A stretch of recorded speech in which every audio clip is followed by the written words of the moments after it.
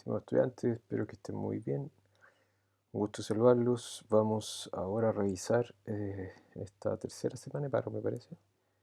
Algo que me hubiera encantado que lo hubiéramos podido ver en clase, ¿no? Por compartir juntos, que es un filósofo que en lo personal me parece fascinante y ojalá que les pueda demostrar el porqué. Me refiero a Friedrich Nietzsche, que es un filósofo que de alguna manera revolucionó todo lo que eran los sistemas filosóficos de su época. Para algunos no es un filósofo propiamente tal, pero vamos a ir dando argumentos de por qué Nietzsche, filósofo, ¿no? Es un pensador insoslayable dentro de lo que es la historia, la filosofía, el pensamiento moderno y contemporáneo. Em, Comentarles que esta clase que estamos haciendo hoy día se enmarca dentro de lo que podemos visualizar como una especie de declive de la modernidad, ¿no? Hemos hablado en otras clases de que de alguna manera la modernidad se caracteriza por esta intención que ya la plantea Descartes en un comienzo, que tiene que ver con este afán de progreso, este afán de desarrollo del conocimiento a partir de la razón, del uso de la razón como camino y vía principal del desarrollo del conocimiento para el desarrollo también del progreso. Como esto se le suma, lo vimos a partir de Kant durante el siglo XVIII, una intención también de que el conocimiento es fuente de moralidad, ¿no? Una fuente de generar una estructura social valorativa nueva en el ser humano. Y también que vimos, a propósito de Kant y todo lo que es la filosofía de la ilustración, cómo también las ideas también empiezan a permear distintos aspectos de la vida, incluyendo los aspectos sociales, políticos, y no solamente ya los religiosos o los puramente científicos o doctos, como era quizás en la época de Descartes. Bueno, esa historia que comienza con Descartes podríamos decir que tiene una cierta discontinuidad con Nietzsche. Porque Nietzsche lo que está planteando precisamente es una crítica feroz hacia lo que, hacia lo que ha sido la construcción de la cultura civilizada occidental, eh, en términos de lo que él entiende como una ciencia que en realidad hay un conocimiento que en general se basa solamente en metáforas, en supuestos, en un lenguaje, en el fondo un lenguaje que es fuente de toda forma de especulación y que en realidad nos dice no sabemos nada de las cosas, como que nos valemos de un lenguaje para denominar cosas, pero en realidad no sabemos mucho de las cosas en cuanto tales. Y en este sentido les puede parecer un poco cercano también a la influencia de Kant respecto del númeno, ¿no? Pero el tema de Kant no es el númeno, el tema de Kant es el fenómeno, es lo que sí se puede conocer. En cambio parece que Nietzsche se va precisamente a demostrar por qué aquello que conocemos realmente es una expresión como pálida de aquello que en realidad no puede ser conocido. Y que de aquello que no puede ser conocido, en el fondo hacemos intentos vagos como para dar a conocer aquello que permanece y subyace en un nivel de ocultamiento. Entonces, tenemos acá, les puse algunos títulos que un poco para marcar esto de lo que está pasando, ¿no? Hay como una sensación en la época de Nietzsche, finales del siglo XIX, quizás comienzos del siglo XX, que va marcando un cierto descontento con la vida particularmente en Europa, con la vida que se está llevando a cabo en la Europa de fines del siglo XIX por los crecientes procesos de industrialización que están teniendo a cabo. Por ahí porque se nota un cambio en las condiciones de existencia, en la forma como se vive, ¿cierto? Que se empiezan a concentrar las urbes, empiezan a haber muchos cambios económicos, sociales, políticos y en algunas áreas de la esfera del pensamiento se empieza a hablar de una cierta decadencia de la cultura, como yo les decía. Freud, sin duda, que es un pensador fundamental en eso, con su libro El malestar en la cultura, donde nos muestra como una película, la película velada del desarrollo de la cultura, ¿no?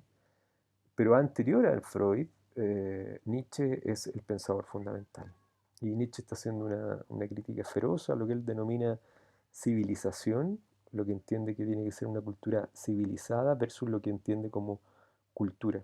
Esto está presente, por lo demás, en otras esferas del pensamiento alemán, ¿no? Para los que están en introducción a la psicología conmigo, lo habrán visto también con Weber y perdón, con Wundt y la fundación de las primeras escuelas de psicología experimental en Leipzig, en Heidelberg, donde hay una idea de que hay una cierta, un cierto derrotero que está teniendo la cultura germana por otras formas de cultura europea y Nietzsche también hace eco de esa inquietud. De hecho, distingue entre civilización y cultura y él entiende que lo que tiene que conformarse es lo que él denomina una Bildung en alemán, una cultura propia germana. Y se muestra muy crítico de las otras formas crecientes de la moda, del comercio, eh, de ciertas maneras estereotipadas que él ve en términos de lo que es la sociedad francesa o inglesa. Y se empieza a hablar entonces de una decadencia de Occidente. Y los alemanes en eso llevan de alguna manera esa voz cantante. Y de hecho Wagner también con el crepúsculo de los dioses también hace algo al respecto. No por casualidad Wagner y Nietzsche tuvieron una relación de un vínculo de amistad y de contribución mutua muy potente, sobre todo de Nietzsche hacia Wagner. Nietzsche sentía una profunda admiración por Wagner. Y ahí le hay algunos títulos, ¿cierto? El crepúsculo de los ídolos, La decadencia de Occidente, Spengler también más o menos, que son contemporáneos. Y tenemos otros textos que son más recientes, como El fin de la historia, de Fukuyama, y El fin del arte, por ejemplo. Bueno, si se dan cuenta, son todos textos que están hablando de alguna manera de que un ciclo se cierra. ¿M?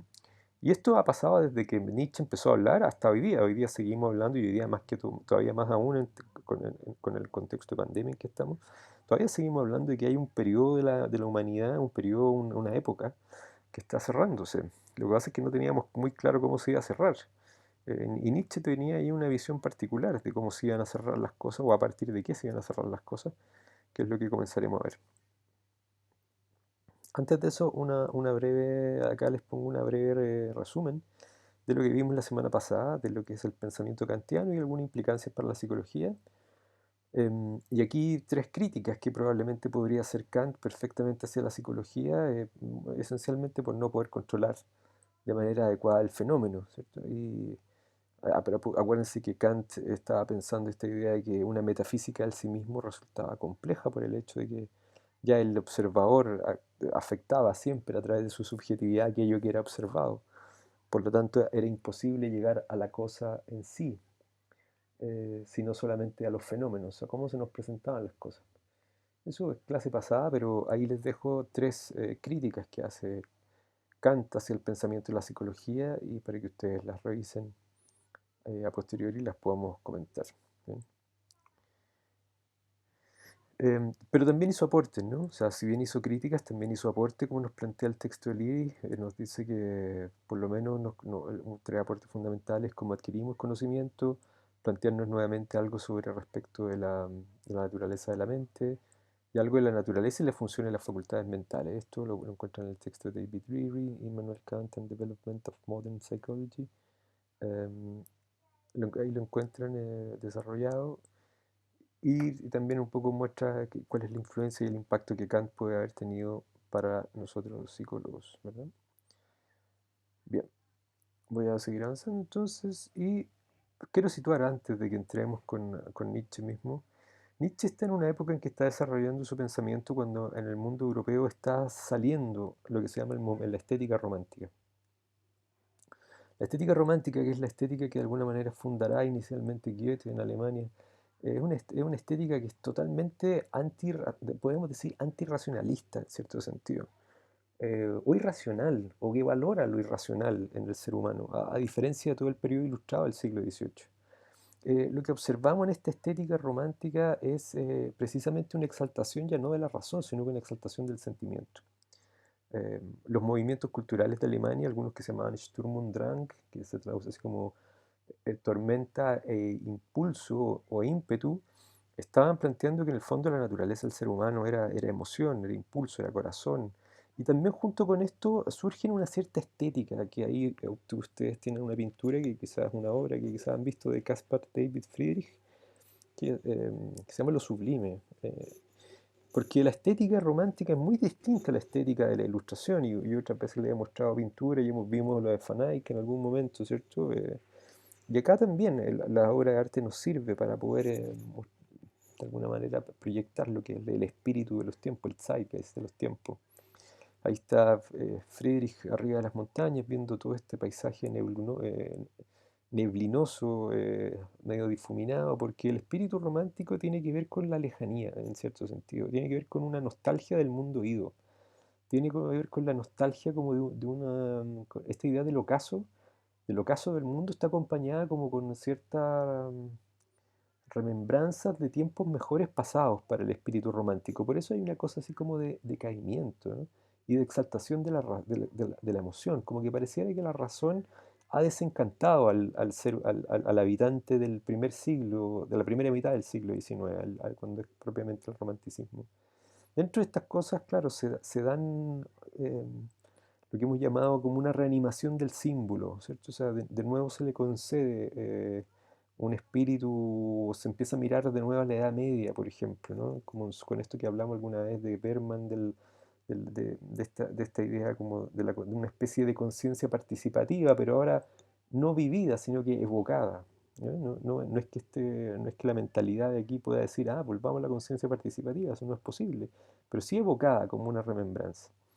Por ejemplo, en esta cita de Amiel, que era un pensador de la época, dice, animamos a los objetos con nuestra propia vida y al mismo tiempo nos animamos al contacto de los objetos.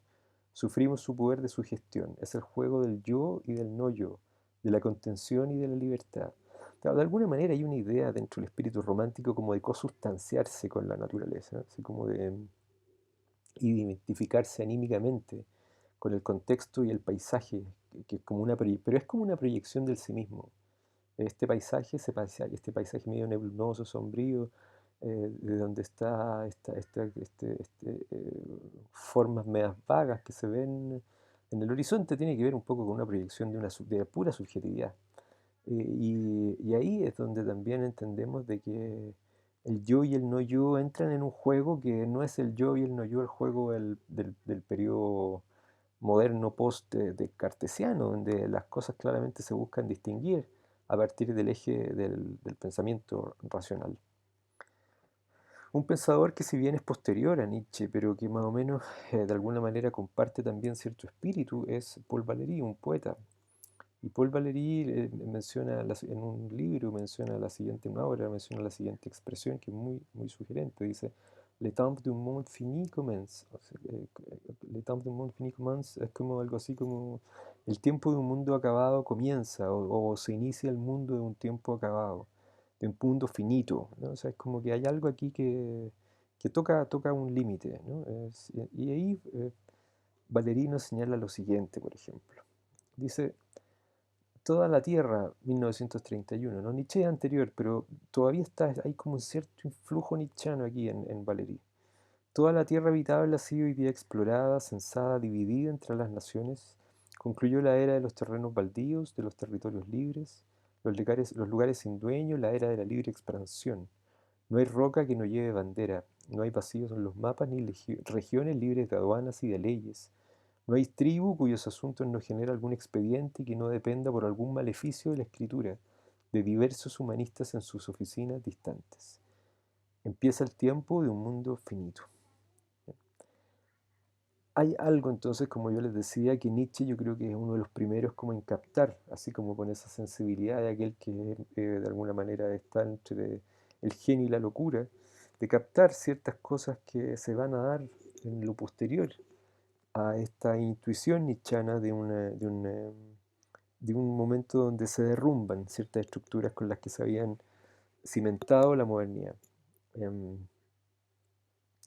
eh, como una manera de explicar esta idea de Nietzsche, tenemos que pensarla como un arco de pensamiento que llega hasta nuestros días, ¿no? O sea, el pensamiento nietzscheano tiene vigencia de alguna manera porque nos sigue hablando de eso, nos sigue hablando de un momento como de ocaso, de crepúsculo, como de atardecer de la modernidad. Y por eso, por ejemplo, se pueden vincular con algunas otras ideas, como con esta idea de fin de la modernidad. Susan Bock-Morse, por ejemplo, en un libro que se llama Mundo soñado de catástrofe, dice que en el fondo parte de este mundo soñado que creó creó la modernidad, tiene que ver con que progresivamente las personas se fueron identificando en términos de la subjetividad con los objetos de consumo. Y aquí el rol de la psicología de las masas tiene un rol fundamental, ¿cierto? O sea, pensemos que también en esta misma época, a finales del siglo XIX, un escritor que se llama Le Bon escribe un libro que se llama Psicología de las masas. Por primera vez se empieza a escribir una psicología de tipo de corte social, dando cuenta de cómo actúan las masas, a diferencia de cómo actuarían individualmente. Dicho de otra manera, es primera vez al finales del siglo XIX que se comienza a observar que las personas en grupo en una masa acrítica, en ciertos ratos indiferenciada, pueden actuar de manera radicalmente diferente de como lo harían individualmente. Esto, claro, son estudios precursores de lo que será la psicología social de grupos,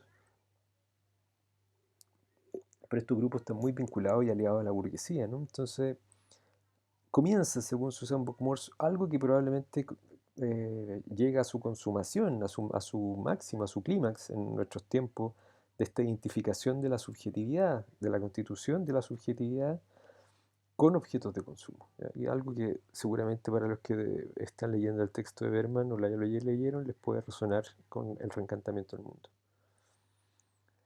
Bueno, ese señor que está ahí se llama Friedrich Nietzsche y, y se plantea inicialmente como una filosofía llamada vitalista, ¿no? Tiene varios adjetivos la filosofía de Nietzsche, a ratos también puede ser bien inclasificable, pero van a ver ustedes por qué tiene este matiz vitalista. Aprovecho de mostrarles, ahí abajo hay un link de un documental que les pediría que lo vieran, donde está la biografía de Nietzsche y algunos ejes cruciales de su pensamiento. Nietzsche dice, podemos decir de Nietzsche que si la filosofía positiva limitaba el conocimiento al campo de los hechos, estamos hablando del, como el positivismo comtiano, ¿cierto? El positivismo de Comte, esta cuestión que es como lo mesurable, lo medible. El vitalismo es una filosofía que se va a centrar en la exaltación de lo vital y de lo afectivo, frente al excesivo racionalismo del idealismo de Hegel o del positivismo de Comte. Entonces, una primera cosa probablemente es que al menos inicialmente la filosofía de Nietzsche exalta la vida, pero exalta la vida no como una expresión como del eje civilizatorio que hemos llevado a cabo, sino que exalta la vida en toda su desmesura. O sea, es plantearnos el fenómeno de la vida es desmesurado, es tormenta e ímpetu, es éxtasis, es algarabía, es exceso también, ¿cierto? Tiene este componente que posteriormente Nietzsche denominará como lo dionisíaco.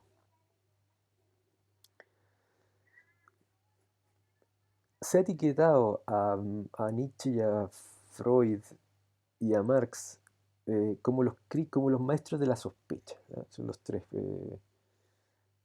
Porque los tres de alguna manera, y sobre todo el mismo Nietzsche, hacen una crítica a la tradición filosófica occidental desde Sócrates a la Ilustración.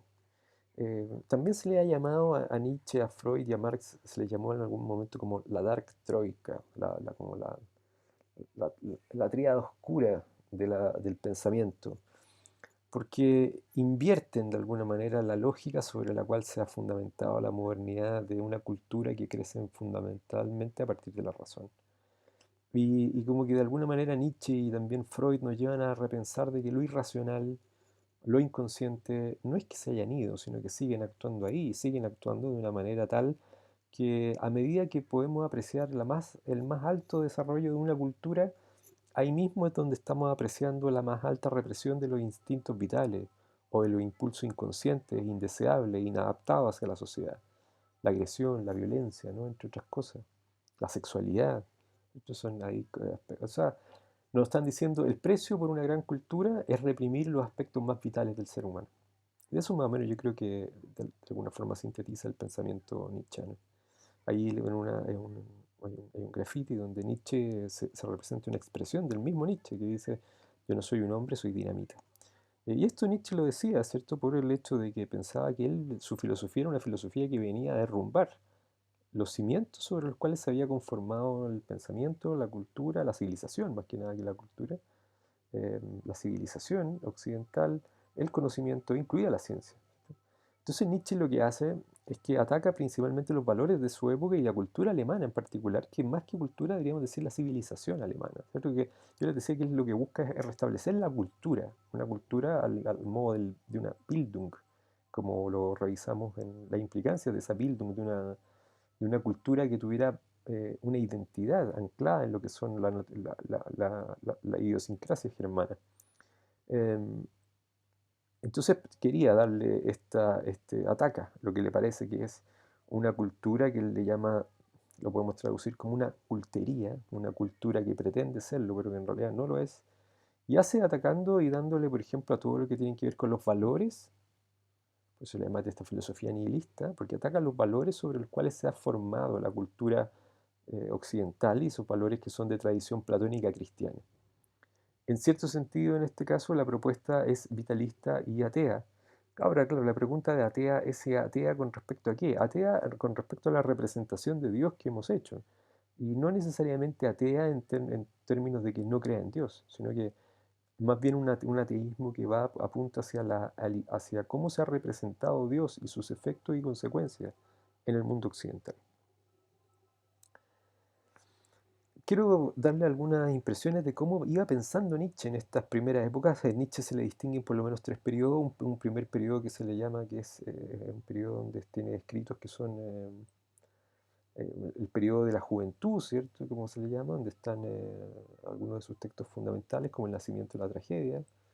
Y después tiene una etapa donde se acerca mucho a tratar de reconocer el pensamiento científico y lo que se le llama su tercera etapa, etapa madurez o profética, donde están los libros más conocidos como Hacia los Zaratustra y otros, ¿no? Algunos pensamientos de Nietzsche. Por ejemplo, dice, la libertad. ¿Qué piensa Nietzsche de la libertad? La libertad la percibe como dominación. La libertad, dice Nietzsche, significa que los instintos viriles, los instintos que disfrutan con la guerra y la victoria, dominan a otros instintos, por ejemplo, a los de la felicidad. El hombre que ha llegado a ser libre pisotea la despreciable especie de bienestar, dice, con que sueñan los tenderos, los cristianos, las vacas, las mujeres, los ingleses y demás demócratas. El hombre libre es un guerrero. No deja de parecer provocadora esta perspectiva que tiene, ¿cierto? A propósito en el crepúsculo de los siglos, en el parágrafo 38, de las incursiones en un intempestivo, de no, claro, no deja de ser como, ¿qué está diciendo esta persona? O sea, es como, es muy provocadora su prosa, ¿no? Nos está diciendo que en el fondo que la libertad o la libertad que hemos construido es una especie de libertad que en el fondo no permite que se exprese esa fuerza instintiva propia de la cultura, o sea, de la antigua cultura más bien, ¿no? De la antigua cultura germana, pensando así casi en esta idea de los antiguos dioses germanos. Y que más bien lo que se ha establecido una cultura es una cultura que tiende a inhibir cualquier tipo de expresión que vaya contra el statu quo. Y por eso pienso de alguna manera que esa libertad, el hombre que ha llegado a ser libre, pisotea, dice, la despreciable especie de bienestar. O sea, lo está diciendo un poco, la libertad juega en favor del bienestar económico, del bienestar de un equilibrio social. Y con esto sueñan los tenderos, dice los comerciantes, ¿no? Más que los tenderos, para que se entienda. Los cristianos, las vacas, las mujeres, las inglesas y los demás demócratas. O sea, demuestra un cierto desprecio abierto hacia muchas cosas. Nietzsche no tiene un pensamiento unificado por lo demás, o sea, en un momento puede decir una cosa sobre el cristianismo y en otros momentos puede alabar el cristianismo, que es como efectivamente pasa en algunos momentos, no hay que tomarlo en un sentido tan lineal porque a lo largo de toda su filosofía claramente encontramos varias perspectivas y puntos de vista. Imagínense lo que dice ahora respecto de la ilusión de igualdad. Dice, que algo uno dice, claro, libertad, igualdad, fraternidad, me parece que era claro, liberté, égalité, fraternité, ya, ok. Respecto a la ilusión de igualdad moderna, Nietzsche dice, en Más allá del bien y el mal, parágrafo 259, dice, soñar con una sociedad sin opresión ni explotación, a Nietzsche le parece un disparate sentimental, pues explotar y dominar pertenece a la esencia misma de la vida, dice. O sea, es imposible soñar con una sociedad de iguales, somos por naturaleza diferentes, lo vemos como en la naturaleza animal, en la naturaleza animal existen aquellas especies fuertes y especies débiles y son parte del ciclo natural de las cosas. Y pretender esto que nosotros como humanidad seamos como una igualdad le parece que es como una violación de la vida. De nuevo aquí entramos con una vitalidad, ¿cierto? O sea, la vitalidad que entiende Nietzsche no es como una exaltación de lo vivo, o sea, sino porque probablemente es una exaltación de todo lo que conlleva el fenómeno de la vida. Y es complejo leerlo, quizás estas extractos, ¿no? Es como cuando alguien dice, me sacaste de contexto un poco. Nietzsche me podría decir eso, me sacaste de contexto. Lo estoy viendo un poco más que para que entiendan que esto es lo que piensa Nietzsche, para ver el carácter provocador nietzscheano. ¿Ya? O sea, eso es lo que más me interesa en esta primera etapa, de cómo alguien que hace una filosofía tan a contrapelo, tan a contracorriente con la época. Claro, sin duda un pensador que estuvo ahí entre la locura y una profunda lucidez, que es generalmente lo que algunos genios alcanzan, o algo difícil de distinguir, ¿no? Trisímaco dice, y cita a Trisímaco, dice en el libro primero de la República, Platón dice, la justicia no es otra cosa sino la ventaja del más fuerte. O sea, también es como una crítica también al sistema judicial, donde dice, aquello que hemos entendido por justo, esa justicia no deja de estar vinculada a que en el fondo es el más fuerte el que hace valer esa justicia. Y eso es lo que hemos entendido por justicia. Critica también al socialismo, o sea, cuando en la emergencia del socialismo hace una crítica también feroz al socialismo, no deja mono con cabeza de alguna manera Nietzsche. Entonces dice, la degeneración global del hombre hasta rebajarse a aquello que hoy les parece a los cretinos y majaderos socialistas, su, comillas, hombre del futuro, su ideal, dice, esa degeneración y empequeñecimiento del hombre en completo animal de rebaño, dice. O como ellos dicen, en hombre de la sociedad libre. Esa animalización del hombre hasta convertirse en animal enano dotado de igualdad de derechos y exigencia. Es posible, no hay duda. ¿Quién ha pensado alguna vez hasta el final esa posibilidad? Conoce una náusea más que los demás hombres. Ahora está diciendo también, o sea, de nuevo vinculado a la idea de la igualdad. ¿Qué es esto que están haciendo los socialistas con decir que eso es el hombre del futuro, cuando el hombre del futuro lo que están haciendo es degenerar y empequeñecer al hombre para convertirlo en un animal de rebaño donde todos tienen que pensar iguales, vestirse iguales y tener un pensamiento unificado, ¿no? O sea, es muy crítico de la cultura de masas Nietzsche.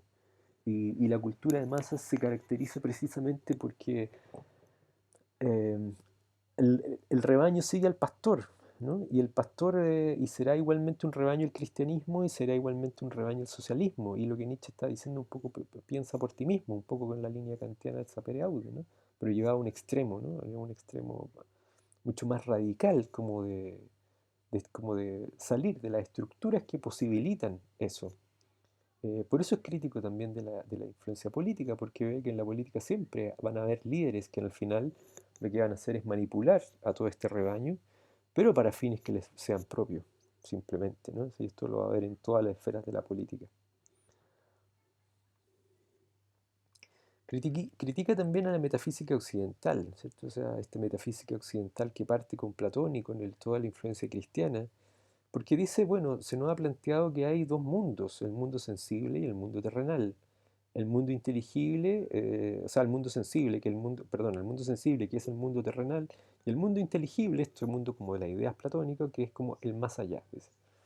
En ambos, en esta decisión o dualismo, lo que ha llevado, dice Nietzsche, es a un desprecio de la vida de este mundo, considerándolo como un mundo aparte o de paso, dice. O sea, claro, es bien interesante. O sea, dice, bueno, si nosotros vamos sobre todo a los discursos de la Edad Media, estaba muy impregnada esa perspectiva de que este mundo era un mundo de paso, que en el fondo la vida verdadera venía después, por lo tanto había que hacer los esfuerzos para ganarse esa otra vida. Y Nietzsche nos dice así como que, pero ¿de qué están hablando? Si este es el mundo. Todo lo que tenemos es este mundo. ¿Por qué lo desprecian de esa manera? Como poniendo esperanza ilusoria en mundos más allá, en mundos más allá, así como de orden metafísico, que en realidad no sabemos nada de eso. Dice, qué error es como valorar otro mundo como la auténtica realidad cuando esta es la realidad. Plantea entonces que este dualismo metafísico que viene de, como lo hemos visto, desde Sócrates y de algunos presocráticos incluso, ¿cierto? Donde se empieza a hablar de esta idea del alma, dice esa escisión es falsa, es la invención de un mundo distinto a este en el que vivimos, la invención de un mundo distinto a este en el que vivimos es una gran mentira. Solo existe esta vida y hay que recuperar su sentido, el sentido de la tierra, dice, el volver a apreciarla. Entonces llama a tener una especie como de, no miren al cielo, por eso se habla como el crepúsculo de los ídolos. No, no miren al cielo, miren la tierra. Esto es lo que hay, en la tierra donde están las respuestas.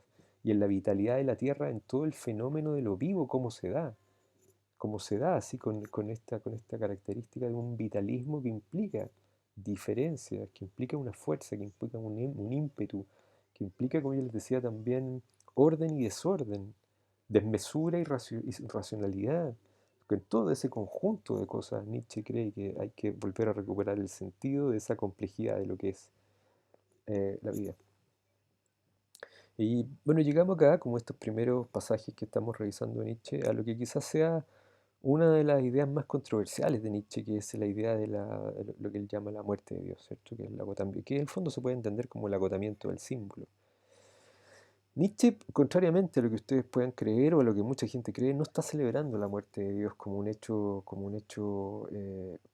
que hay que celebrar, sino que todo lo contrario. Está pensando Nietzsche que es una cuestión que va a tener consecuencias importantes para la vida del futuro, y se refiere a él de manera nostálgica, de alguna manera. Si podemos contextualizar el contexto donde se da esta muerte de Dios, tendríamos vamos a citar aquí un parte de una tesis de mi tesis doctoral, donde escribí algo, citando también a otros autores, y voy a explicar la idea de la muerte de Dios, qué significa eso. Bueno, aquí me cito a mí mismo, ¿no? En mi tesis. Dice, la progresiva tecnificación de la vida llevada a cabo por el capitalismo en su necesidad de reproducirse requería de un mundo alejado de lo sacro, de lo mágico y de lo animista, en definitiva de un mundo alejado del misterio. La necesidad de control del mundo moderno con su razón práctica, es decir, razón que sirve para fines utilitarios. Recordarán cuando yo les leía esto de Descartes, que decía, como ahora sabemos cómo funciona el agua, la estrella, el fuego, podemos usarla para nuestros fines y hacernos como átomos y dueños de la naturaleza. Ok, perfecto. De ahí viene un poco esta idea de una razón práctica que impacta sobre el mundo y la naturaleza.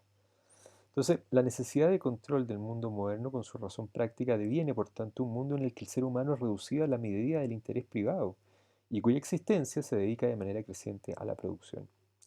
De ese modo, el desencantamiento del mundo, si hablamos de un desencantamiento, de un ocaso, de una muerte de Dios, tiene dos claras dimensiones complementarias. Por un lado, la pérdida del carácter mágico del mundo, que es lo que vimos con Berman, y por otro, el crecimiento de una racionalidad orientada hacia fines puramente prácticos. Ya, ¿viste? Claro, entonces esto es un poco lo que anticipa lo que será la muerte de Dios. Nietzsche dirá en uno de sus escritos, dirá, Dios ha muerto y nosotros lo hemos matado. Nosotros, los asesinos de entre los asesinos. ¿Quién limpiará la sangre de nuestras manos? Dice. Em, Porque Nietzsche está consciente de que al anularse la idea de Dios o al favorecer esta progresiva secularización de la existencia de la que hemos hablado anteriormente, estamos anulando la mayor síntesis que el ser humano ha creado, que es la idea de Dios, ¿cierto? La idea más potente, digamos, con la que hemos vivido, incluidos los que no creen, porque inclusive los que no creen no pueden librarse de la idea de Dios. No es factible librarse de la idea de Dios, y eso es tan así que las personas dicen que no creen en algo que suponen. ¿No? O sea, yo no creo en algo que supongo que existe, pero no puedo argumentar que no creo en ausencia de eso. Por lo tanto, eso también existe. Está la idea instalada ya, y no es cualquier idea, es la idea de todo lo creado, ¿no? Entonces, la idea, aún siendo negada, tiene una potencia muy fuerte. Aún para aquel que se declara ateo o agnóstico, la idea de Dios sigue actuando ahí, solo que la niega, ¿no? Pero no deja de existir. Pero la progresiva tecnificación de la vida, como yo les decía anteriormente, y el capitalismo en su afán reproductivo, claro, era necesario que en el fondo Dios exista, porque de esta manera sacar a Dios del mundo, de todo lo que implica, significa que todo yo puedo agotar y extenuar todo.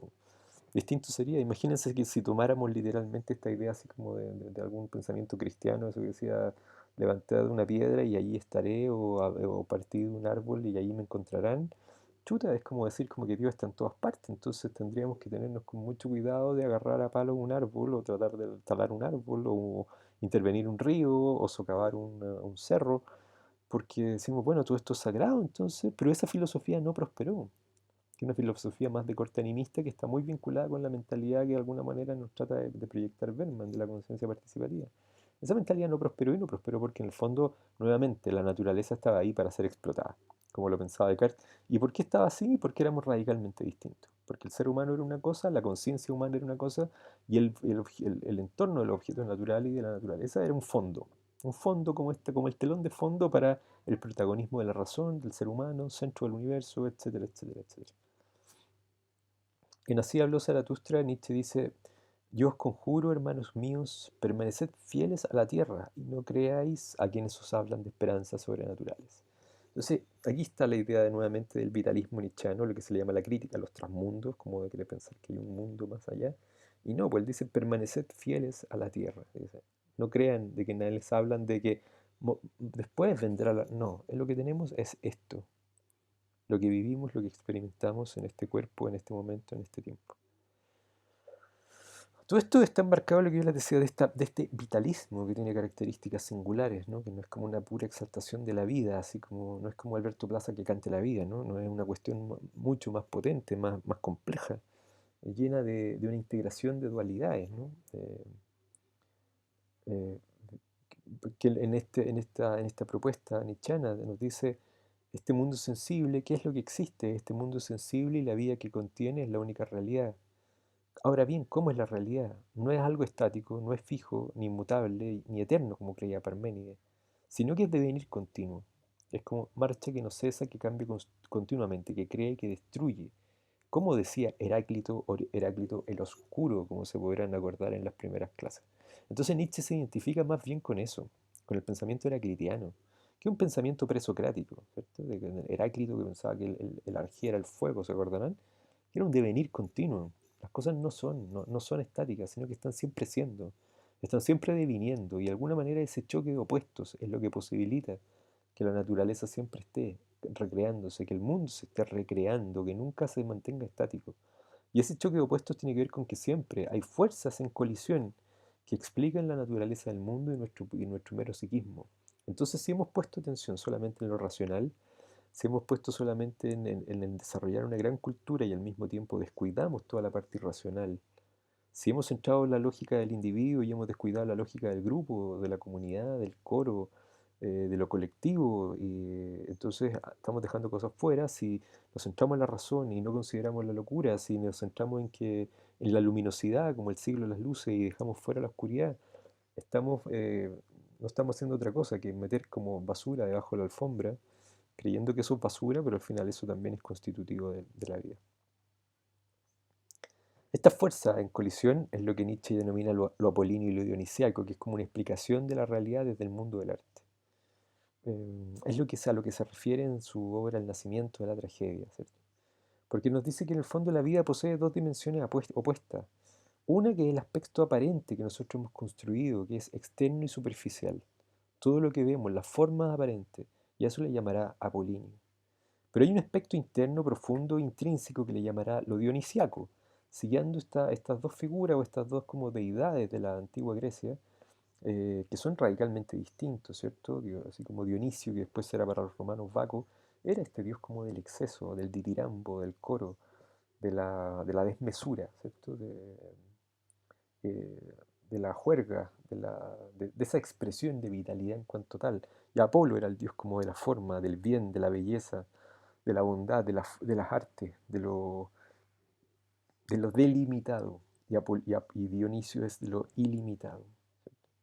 Pero claro, la tradición católica judeo-cristiana más bien hizo que todo eso dionisiaco fuera visto como quizás como algo de corte más bien oscuro o quizá no ligado con los objetivos, con la mentalidad o con los principios cristianos como se pensaron, y de alguna forma lo que hemos heredado es que esta cultura más bien apolínea.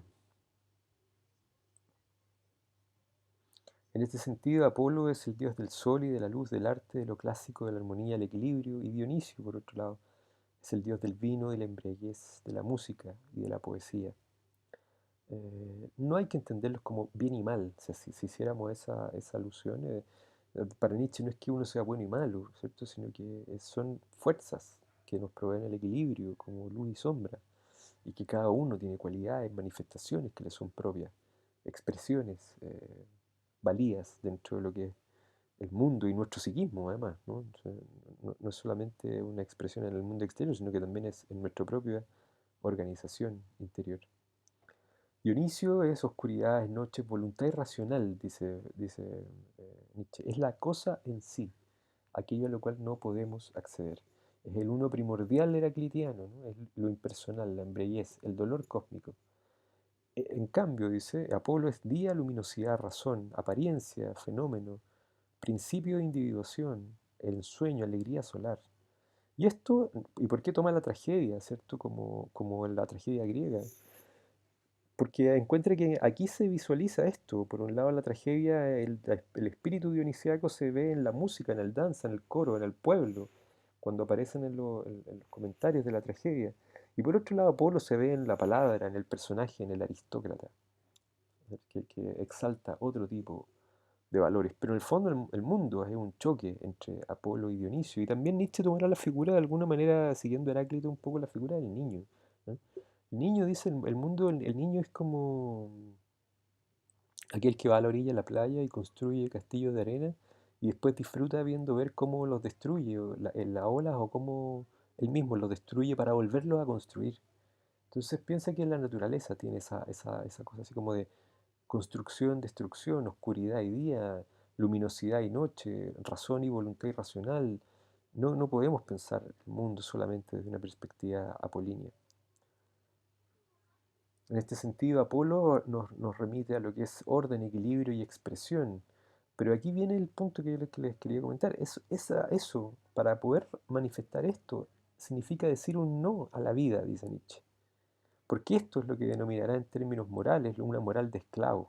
Porque yo para poder establecer orden, equilibrio y expresión en la cultura, la moral de esclavo es la que me sirve, ¿cierto? Donde el poder es ejercido sobre eso. Y esa moral de esclavo se da porque yo tengo una utilidad, porque genero coacción, porque establezco la costumbre, porque virtualizo la conciencia, porque me genera esta sensación de, fomenta la impotencia, el resentimiento, la compasión y también el consuelo. Y por otro lado, lo dionisiaco es pasión, es terror, es realidad. Y esto entiende Nietzsche que es como un sí a la vida. Y esto lo ve también como lo que él llamará una moral de señores que buscan el placer, la fuerza, la afirmación, el individuo, la lealtad, la valentía, la generosidad, la cortesía. Son dos perspectivas muy distintas y por eso Nietzsche se identifica de alguna manera, si bien entiende que son dos fuerzas en oposición, pero entiende que hemos vivido una cultura de lo apolíneo, esta construcción de la cultura, de una falsedad sobre la que la cultura se ha asentado, que tiene que ver con la transmisión de una serie de valores tradicionalmente replicados y repetidos, de entender que lo bueno, por ejemplo hay metáforas, ¿no? Metáforas que tenemos, que siempre utilizamos, como decir, Dios es luz y el mal es oscuridad, y dice, bueno, pero eso es una metáfora, es una metáfora esa, y lo hemos entendido como realidades, pero la verdad es que no sabemos nada de las cosas en sí. No sabemos qué es lo que designan las palabras. Cuando dicen árbol, la palabra no logra desenvolver el ser del árbol.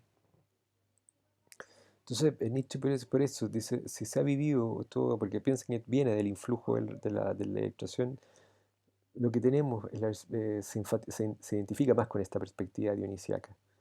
Eh, y esa perspectiva apolínea de alguna manera es la que celebra que Dios ha muerto, porque hay una transformación, una transvaloración falsificadora de los valores supremos. Y en cambio en el nihilismo, dice Nietzsche, está la voluntad de poder, la idea del superhombre. En este momento les pediría por favor que vayan si pueden, que hagan una pausa. Ya les he transmitido varias ideas, digamos, de lo que es la cosa nietzscheana. Tampoco es un pensador muy interesante, pero tiene varias facetas, por lo tanto no lo vamos a votar.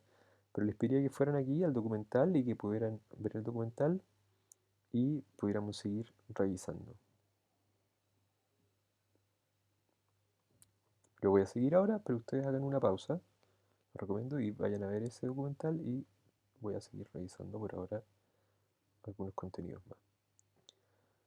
Bueno, ¿qué significan esta idea, estas dos fuerzas que están interactuando una con otra?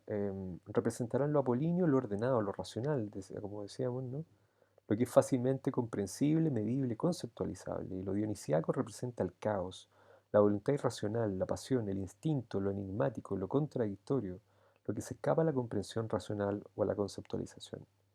Si hacemos este paralelo entre lo apolíneo y lo dionisiaco, y yo les pregunto entonces qué impacto pudo haber tenido Nietzsche en la filosofía, en la psicología, perdón, bueno, algunos de ustedes quizás ya se habrán dado cuenta que es imposible pensar el psicoanálisis sin considerar la perspectiva nietzscheana. O sea, cuando Freud dice que en el fondo la conciencia es solamente la punta del iceberg y todo lo que hay debajo es lo inconsciente, el ámbito dominio de lo inconsciente, es porque esa es la influencia nietzscheana. Es como pensar el mundo en términos de lo que es consciente e inconsciente, es como pensarlo en términos de lo apolíneo y lo dionisiaco. La influencia nietzscheana en Freud para pensar la naturaleza y la fuerza de lo inconsciente es fundamental. Es pensar que en el fondo lo que hay, lo que subyace a nuestra naturaleza humana, es todo eso que es lo dionisiaco, el caos, la voluntad irracional, lo enigmático, lo contradictorio, y que tenemos que hacer sobreesfuerzos para poder llevar a cabo lo racional, lo ordenado, lo consciente. Tenemos que hacer esfuerzos para poder transformar nuestra natural agresión y violencia, que es como propia del mundo animal, transformarla en instintos socialmente adaptados, domesticados a la realidad, ¿no? Por eso que la gran cultura que yo les decía se funda sobre la represión de los instintos más básicos.